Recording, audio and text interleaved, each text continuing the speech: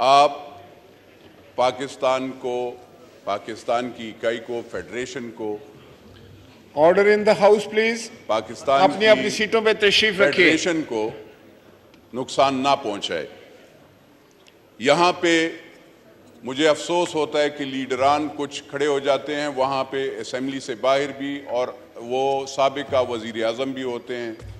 वो कहते हैं पुख्तूनों के साथ ये जुल्म हो रहा है, पुख्तूनों के साथ वो जुल्म हो रहा है। मैं उनको ये बताना चाहता हूँ कि अब इस कम अज़ कम जब से साल डेढ़ हुआ है कोई पुख्तूनों के साथ जुल्म नहीं हुआ। ये पाकिस्तान को तकसीम करने के लिए ये लीडरान जो बातें करते हैं तो फिर उस पर अफसोस होता है। इनको ये लीडरान इलेक्शन का फिक्र इनको पड़ा है कि कल इलेक्शन हो, इनको ये फिक्र नहीं है कि गरीब के घर में आटा कैसे वो होता है। आप जो ये रोडें बंद कर रहे हैं और लोगों को यहाँ पे तकसीम करने पे तुले हुए हैं, उससे आपकी इकॉनमी तबाह हो रही है, आप इंतशार फैला रहे हैं, उसकी वजह से गरीब को रोटी मुश्किल से मिलेगी। जब आपके IMF और वर्ल्ड बैंक वहाँ पे आपको उन्होंने भी नखरे करना शुरू कर दिए, क्योंकि आपने मुल्क में इंतशार पैदा कर दिया। आप इंतशार को ख़त्म करें, आप पाकिस्तान के गरीब अवाम के लिए सोचें, इकॉनमी के लिए सोचें। और सर आप गिला जिससे कर रहे हैं माइंड ना कीजिएगा। As a chairman public accounts committee sir 10 साल हो गए हैं आफ्टर 2010 ऑडिट एक इदारे का नहीं हुआ और वो है supreme court of Pakistan. Sir मुझे ये नहीं पता, मुझे पाकिस्तान आर्मी का पता है, पाकिस्तान नेवी का पता है, पाकिस्तान के सारे प्राइम मिनिस्टर हाउस का पता है, मुझे उनका पता है कि इनकी सैलरीज कितनी है, ये कहाँ पे क्या कितने रुपए स्पेंड करते हैं और कहाँ पे कौन कौन सी जगह गए हैं। चीफ ऑफ आर्मी स्टाफ से लेकर चीफ ऑफ नेवल स्टाफ हो, उन सब का पता है। लेकिन एक इदारे का अगर ऑडिट नहीं होता तो वो है सुप्रीम कोर्ट ऑफ पाकिस्तान का। सर मैं सुप्रीम कोर्ट ऑफ पाकिस्तान के चीफ जस्टिस साहब से ये अर्ज करना चाहता हूं कि आप कौन से कानून के तहत आप ऑडिट नहीं करवा रहे, आपने आपकी तनख्वाह, और कौन से कानून के तहत आप तनख्वाहें अपनी बढ़ा रहे हैं, आप कौन से कानून के तहत आप प्लॉट्स और अफसरान को बुलाकर जबरदस्ती प्लॉट्स देते हैं।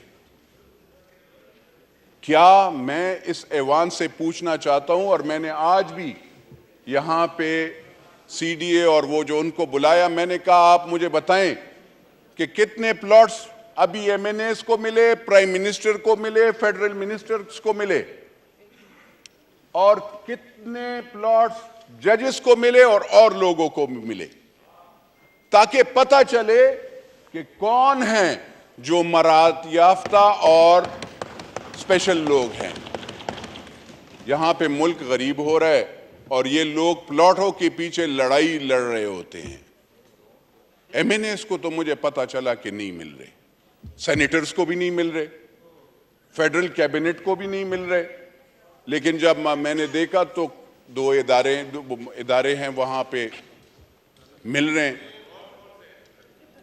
अभी मैंने लिस्ट मांगी है, आपको इंशाल्लाह मैं दूंगा।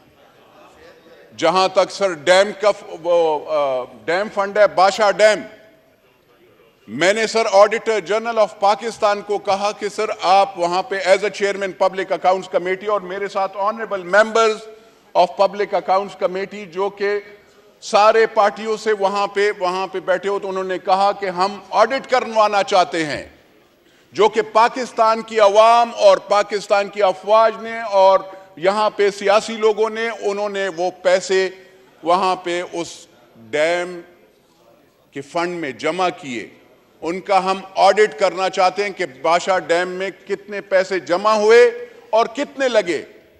सर उसको वहां पे स्टेट बैंक ऑफ पाकिस्तान को कहा गया कि आपने ऑडिटर जनरल को अकाउंट्स नहीं देने, आपने उनके साथ कोई चीज नहीं शेयर करनी। मुझे बताएं सर, ये कौन सा जंगल का कानून है कि आप अकाउंटेबिलिटी से डरते हैं? मैं तो अकाउंटेबिलिटी से नहीं डरता हूं। हम रोजाना अकाउंटेबिलिटी, ये कहते हैं इलेक्शन, मेरा सर रोजाना अकाउंटेबिलिटी होता है, मीडिया में होता है, अवाम में इलेक्शन के दिन 5 साल अलग होता है। मैं हल्के में जाता हूं तो मेरा अलग अकाउंटेबिलिटी होती है, ब्यूरोक्रेसी में अलग होती है, FIA में अलग होती है, NAB में अलग होती है। मुझे बताए कौन सी, इलेक्शन कमीशन में, फेडरल बोर्ड ऑफ रेवेन्यू में, मैं हर जगह पे देता हूं। और मैं तो ये हैरान हूं जो अपने आप को मदीना का वो खुदा मानो। थोड़ा सा सोचो, मदीना का नाम लेते हुए भी वजू में रहा करो, बगैर वजू के तुम मदीना का नाम लेते हो और करतूत तुम्हारे ये है। पहले मुझे बता दो, मैं 2 मरतबा मैं भी MNA बना हूं, 1 मरतबा 2008 से 2013 पे पाकिस्तान पीपल्स पार्टी के टिकट पे बना था। आज 2018 में फिर बना हूं। 2013 में भी जो इलेक्शन मैंने हारा था वो मैं सबको पता है कि हमें कैसे खैबर पुख्तूनख्वा में कैसे पाकिस्तान पीपल्स पार्टी या JUI या ANP को किस तरीके से रोला गया। उनको कहा गया था कि हमने पीपल्स पार्टी, ANP और मौलवियों को नहीं लाना उसमें, और हमने इनको लाना है। क्या ये एक्सेप्टेंस कोई करेगा? जब तक आप इस चीज के एक्सेप्टेंस, और मैं जब बात करता हूं, मैं ये नहीं कह रहा हूं कि मैं कोई अच्छा आदमी हूं, मैं अल्लाह का बहुत आजिज बंदा हूं, मैं बहुत गुनाहगार बंदा हूं अल्लाह का। लेकिन मैं ये, मेरा एक अकीदा है, और मेरा ये अकीदा है जो भी पाकिस्तान के साथ गद्दारी करता है, गरीब अवाम का माल खाता है, हराम खाता है, वह हुजूर सल्लल्लाहु अलैहि वसल्लम का उम्मती नहीं है। मेरा ये वो है। और मैं ये चैलेंज करके, जो वहां पे कभी टोपी, कभी वो जैकेट, कभी कौन सा, उनको मैं चैलेंज करके कहता हूं कि आए, मेरा भी एसेट देखें। जब से MNA बना हूं, 1 मरतबा MNA बना, जमीनें बेची। हम तो इलेक्शन करने के लिए, मुझे आप बताएं आपने 300 कनाल कैसे बनाया? कोई बैंकर, मैं वो बैंक वाली नहीं मानूंगा।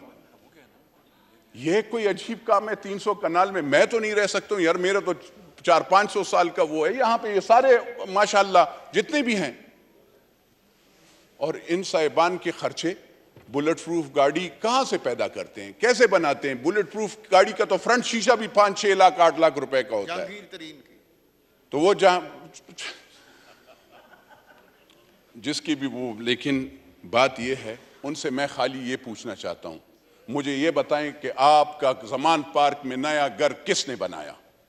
थोड़ी सी नेशनल अकाउंटेबिलिटी ब्यूरो से भी मेरा वो है। आप कहते हैं चोरी, खुदा माने चोरी मैंने दी है चोरियां।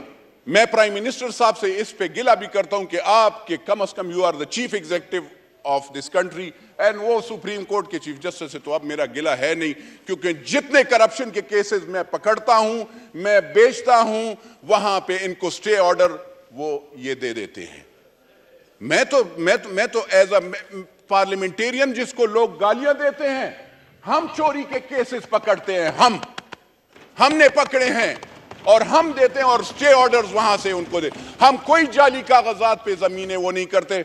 मेरी ऑनरेबल मेंबर ने, मिनिस्टर साहिबा ने कहा 1 कॉन्स्टिट्यूशन। अल्हम्दुलिल्लाह इस पार्लियामेंट ने, अगर उस जज ने गलत काम किया था, अल्लाह के फजलो करम से इस पार्लियामेंट ने, इस पब्लिक अकाउंट्स कमेटी ने उसको अंडू किया, और पाकिस्तान की आवाम को और पाकिस्तान के CDA को, कैपिटल डेवलपमेंट अथॉरिटी को 1 कॉन्स्टिट्यूशन वापस हमने दे दिया। ये नहीं हमने उसमें, क्योंकि उसमें लीगैलिटीज थी, हर चीज गलत था। फिर यहां पे नेशनल अकाउंटेबिलिटी ब्यूरो के, मैं कहता हूं यहां पे आप 17-17, 20-20 लाख रुपए सैलरीज ले रहे हैं आप, हम 1,50,000 रुपए पे हम आपको केसेस क्लियर कट देते हैं। यहां पे तो इंसाफ तो होता नहीं है। अदालतों से भी मैं कहता हूं, इदारों से भी मैं कहता हूं, मुझे ये बताया जाए कि चले वो ये सारे तो इन्होंने तो जेल गुजार दी, आप लोगों ने इनको कह दिया। जो मैंने केसेस दिए हैं BRT का, बिलियन ट्री का, 110 बिलियन ट्री का, उसमें तो बाकायदा चेयरमैन नैब साहब आपने वहां पे कहा जब मैंने आपको केसेस दिया, आपने कहा कि फोर्ज डॉक्यूमेंट्स के फोर्ज थंब इंप्रेशंस हैं और उसमें 2-2, 3-3 अरब रुपए एक बंदे के अंगूठे पे, तो आप उनको अरेस्ट क्यों नहीं करते ताकि अवाम को पता चले कि ये जमजम के पानी से धुले हुए नहीं है, ये झूठे हैं, ये मक्कार हैं। जहां पे आपके हेल्थ का बेड, मैं फिर ये दोबारा इसलिए वो करना चाहता हूं कि जो हेल्थ का जो बिस्तरा होता है, आप तो अस्पतालों को आपने नहीं बख्शा। खैबर पुख्तूनख्वा में 9-10 साल आपने गुजारे हैं, 10 साल आपने के 11 साल आपने हुकूमत की, 2013 से 2018 और 18 से अभी 2022 में, अभी मेरे ख्याल में 23 में आपने 22 के एंड में आपने असेंबलियां तोड़ी, आपकी मेजॉरिटी थी। मुझे आप बता सकते हैं आपने अपने कितने वजीरों को पकड़ा? उन पे तो केसेस हैं। हेल्थ में आप बेड्स का देखें, जो बेड, जो ये रिमोट वाला बेड होता है जो 75,000 का, वो 15 लाख रुपए का, कहीं आपने देखा होगा 15 लाख का एक बिस्तरा। ये साफ चली शफाफ चली के हुकूमत में खैबर पुख्तूनख्वा में होता है। आप जरा वहां पे अगर जाते हैं, टेक्स्ट बुक बोर्ड जहां पे पढ़ाई का वो होता है, आप पढ़ाई के लिहाज से अगर देखते हैं तो उसमें 3 अरब रुपए का केस है, और इसी नेशनल अकाउंटेबिलिटी ब्यूरो को पड़ा हुआ है, उस पर भी कुछ नहीं हो रहा, कोई अरेस्ट नहीं हो रही। सर, मैं अगर आप ऑनरेबल मेंबर से Order in the House. Honourable बात यह है सर जी, आप जारी रखिए प्लीज। मैं खाली सर, मुझे खाली इस चीज पे अफसोस होता है कि यहां पे